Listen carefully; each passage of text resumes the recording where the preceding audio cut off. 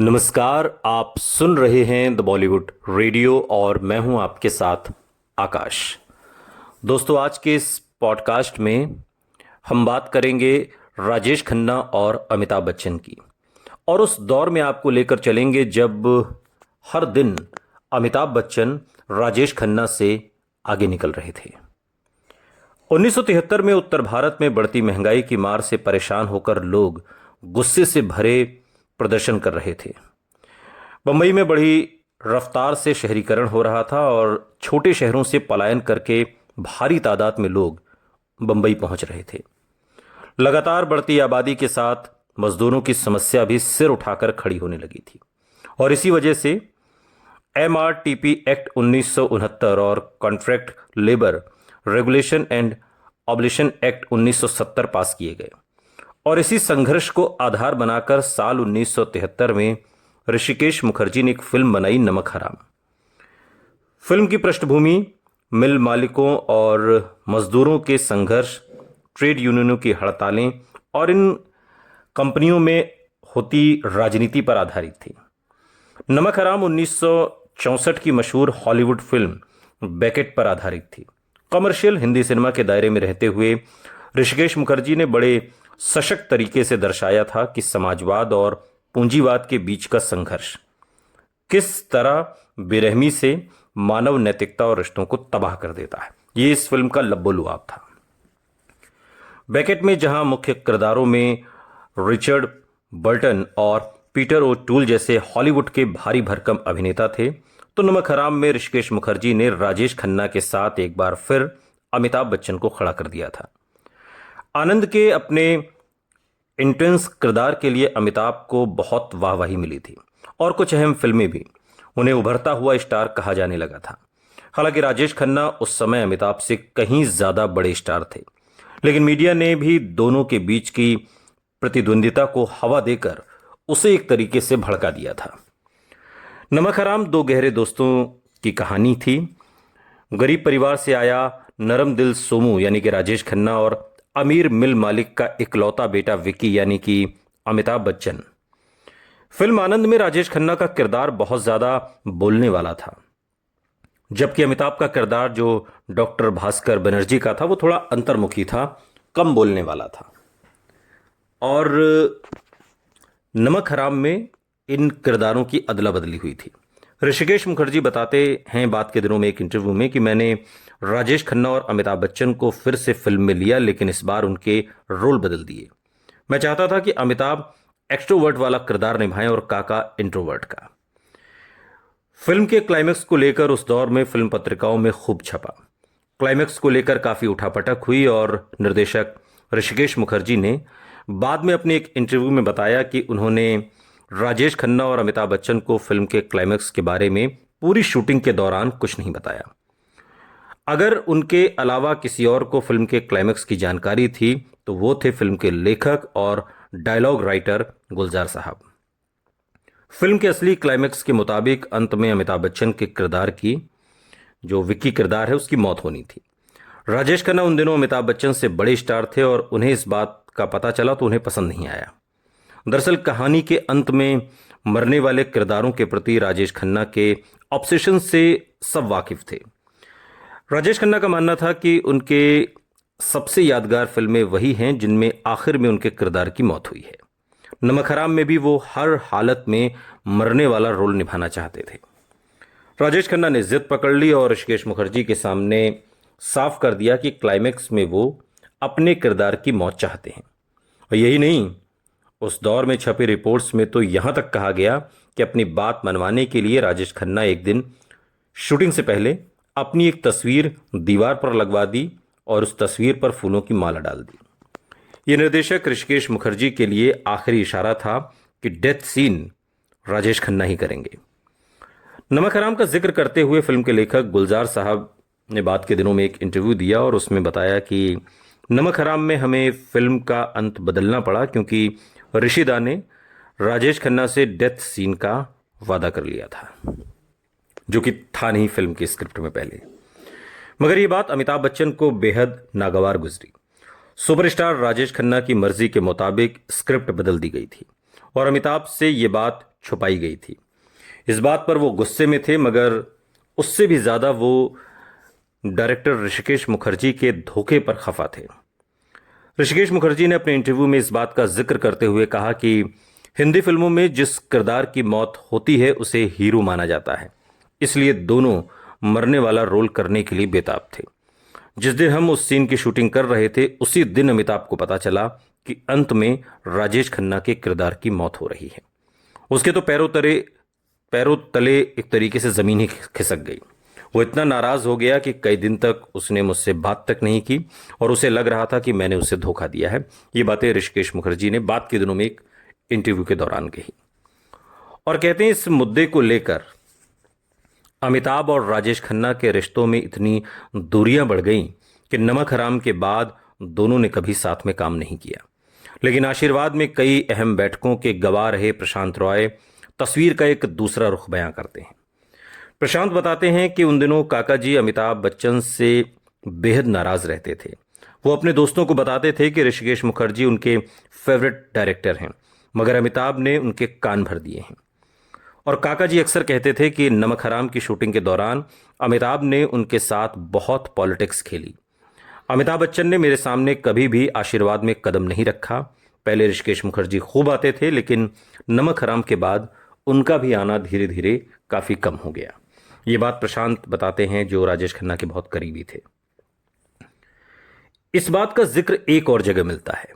अमिताभ बच्चन पर अपनी डायरेक्ट करने वाली लेखक सुष्मिता दास गुप्ता की मुलाकात कुछ साल पहले दिल्ली में राजेश खन्ना से हुई, जब वो जिंदा थे और पॉलिटिक्स में सक्रिय थे।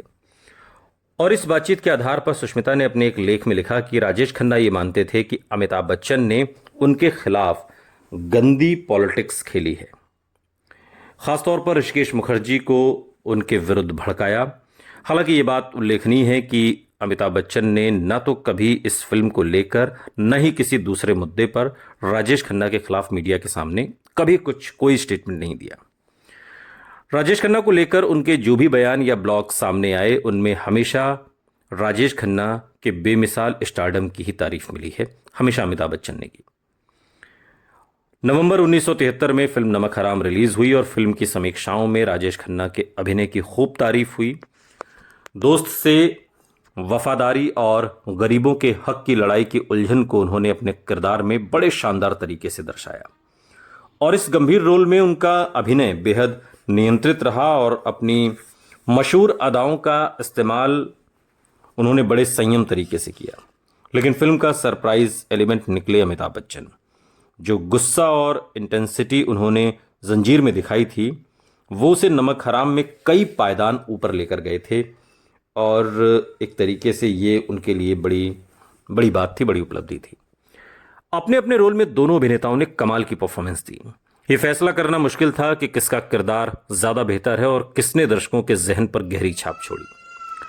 फिल्म पत्रकार रऊफ अहमद बाद के दिनों में एक इंटरव्यू में बताते हैं कि जब मैंने पहली बार नमक हराम देखी तो मैं अमिताभ बच्चन से ज्यादा प्रभावित हुआ। उनका रोल और डायलॉग बढ़िया लिखे गए थे, जो उसकी कानून हाथ में लेने वाली छवि को मजबूत कर रहे थे। लेकिन जब मैंने फिल्म दूसरी बार देखी तो मुझे एहसास हुआ कि राजेश खन्ना ने कमाल का अभिनय किया है। उन्होंने पूरी फिल्म में अपने बेहद मुश्किल रोल को अंडर प्ले किया था। मेरे लिए उनके सबसे बेहतरीन परफॉर्मेंस में से एक है। क्लाइमैक्स का वो डेथ सीन जिसके लिए राजेश खन्ना ने इतना हंगामा किया, वही दांव उल्टा पड़ गया। आनंद की तरह यहां उनका भारी भरकम डायलॉग या कोई ड्रामाई डेथ सीन नहीं था। फिल्म में क्लाइमैक्स से कुछ समय पहले ही उनके किरदार सोमू की अचानक गाड़ी के नीचे आकर मौत हो जाती है। इससे पहले कि ये सीन दर्शकों पर कोई असर छोड़े, स्क्रीन पर गुस्से से भरे अमिताभ बच्चन आ जाते हैं। राजेश खन्ना की मौत से उठे दर्शकों के गुस्से की मशाल जैसे अमिताभ ने अपने हाथों में ले ली और ये मशाल अमिताभ के हाथों में चली जाती है और यहीं से ये फिल्म भी अमिताभ बच्चन के नाम हो जाती है। फिल्म का असली क्लाइमैक्स दरअसल angry young man Amitabh Bachchan और उनके पिता के बीच का इंटेंस सीन बनता है। अमिताभ फिल्म के अंत में अपने पिता को सजा देने के लिए सोमू यानी कि राजेश खन्ना की मौत का इल्जाम अपने सिर ले लेते हैं। दर्शकों की पूरी सहानुभूति उनके किरदार के साथ होती है और अंत में हीरो बनकर भी अमिताभ बच्चन उभरते हैं।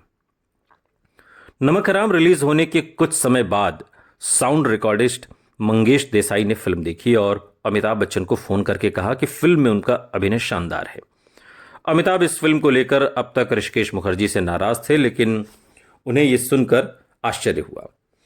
ऋषिकेश मुखर्जी ने बाद में अपने एक इंटरव्यू में कहा कि बाद में जया और गुलजार ने फिल्म देखी और अमिताभ की परफॉर्मेंस से वो बेहद प्रभावित हुए, लेकिन अमिताभ को तब भी यकीन नहीं हो रहा था। उन्हें लग रहा था कि फिल्म के आखिरी सीन में वो बहुत ज्यादा चीख रहे हैं, लेकिन क्या करें, अमित ऐसे ही हैं, अपनी आलोचना करने वाले और परफेक्शनिस्ट।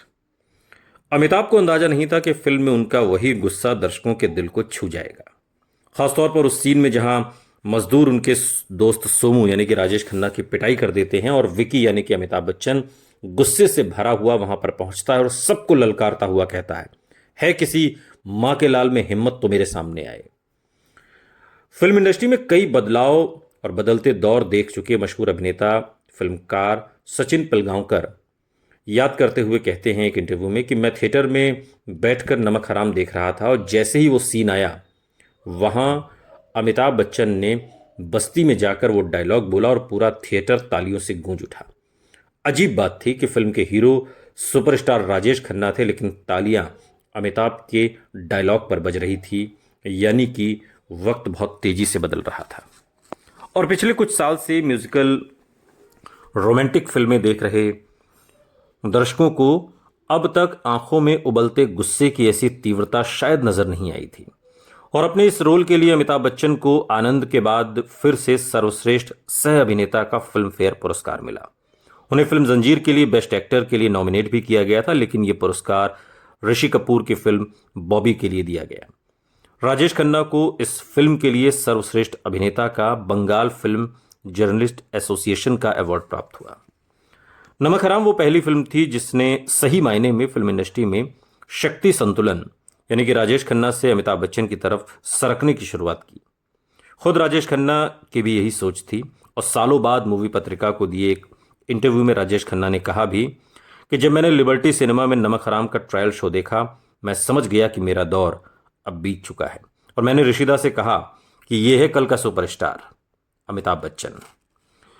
जब नमक हराम की शुरुआत हुई थी तो राजेश खन्ना सुपरस्टार थे और अमिताभ एक फ्लॉप एक्टर।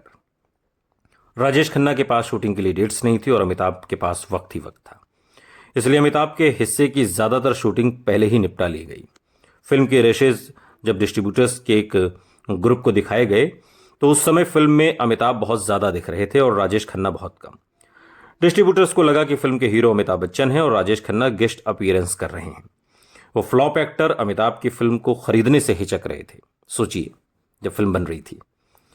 मगर Rishikesh Mukherjee senior film maker थे और उनका ट्रैक रिकॉर्ड काफी अच्छा था, इसलिए डिस्ट्रीब्यूटर्स फिल्म को सीधे रिजेक्ट नहीं करना चाहते थे। लिहाजा कुछ सीन देखकर एक के बाद एक डिस्ट्रीब्यूटर्स फिल्म में कमियां निकालने लगे और आखिर में कुछ डिस्ट्रीब्यूटर्स ने अमिताभ और उनके कानों को ढकने वाले हेयर स्टाइल पर निशाना साधते हुए कहा कि आपका हीरो तो बंदर की तरह लगता है, उससे कहिए कि कम से कम ढंग से बाल तो कटवा ले ताकि हमें पता चल सके कि उसके कान हैं भी या नहीं। और इस बात पर सारे डिस्ट्रीब्यूटर्स हंस पड़े। और इस घटना के कुछ महीने के बाद ही प्रकाश मेहरा की जंजीर रिलीज हुई और अमिताभ एंग्री यंग मैन के रूप में लाखों युवाओं की पसंद बन गए। जबकि तकरीबन इसी समय 5 फ्लॉप फिल्मों की चोट से राजेश खन्ना का स्टारडम डगमगा गया। नमक हराम की उस वक्त शूटिंग चल रही थी। सफलता सब कुछ बदल देती है। जंजीर की कामयाबी के बाद अमिताभ का मजाक उड़ाने वाले उन्हीं डिस्ट्रीब्यूटर्स ने फोन करके कहा बाद के दिनों में कि नमक हराम में अमिताभ का रोल बढ़ाया जाए और उन्होंने ये भी मांग की कि फिल्म के पोस्टर्स और पब्लिसिटी में अमिताभ बच्चन को भी राजेश खन्ना के बराबर जगह दी जाए। और फिल्म की प्लानिंग के वक्त अमिताभ बच्चन सह अभिनेता थे, मगर शूटिंग खत्म होते होते दौर बदल चुका था। नमक हराम में अमिताभ और राजेश खन्ना दोनों बराबर खड़े हो गए थे। अमिताभ का कानों को ढकने वाला हेयर स्टाइल अब फैशन स्टेटमेंट बन चुका था। फिल्म इंडस्ट्री में सत्ता के इस बदलाव के बारे में बहुत कुछ कहा जा रहा था, लेकिन राजेश खन्ना और अमिताभ बच्चन की नई पोजीशन पर सबसे सटीक टिप्पणी शायद बम्बैया के नाइयों की थी। फिल्म के रिलीज के बाद बंबई के कई हेयर कटिंग सैलून्स के बाहर नया बोर्ड लग चुका था और इसमें एक नई एंट्री फिल्म इंडस्ट्री में हवा का नया रुख पूरी तरह से बयां कर रही थी।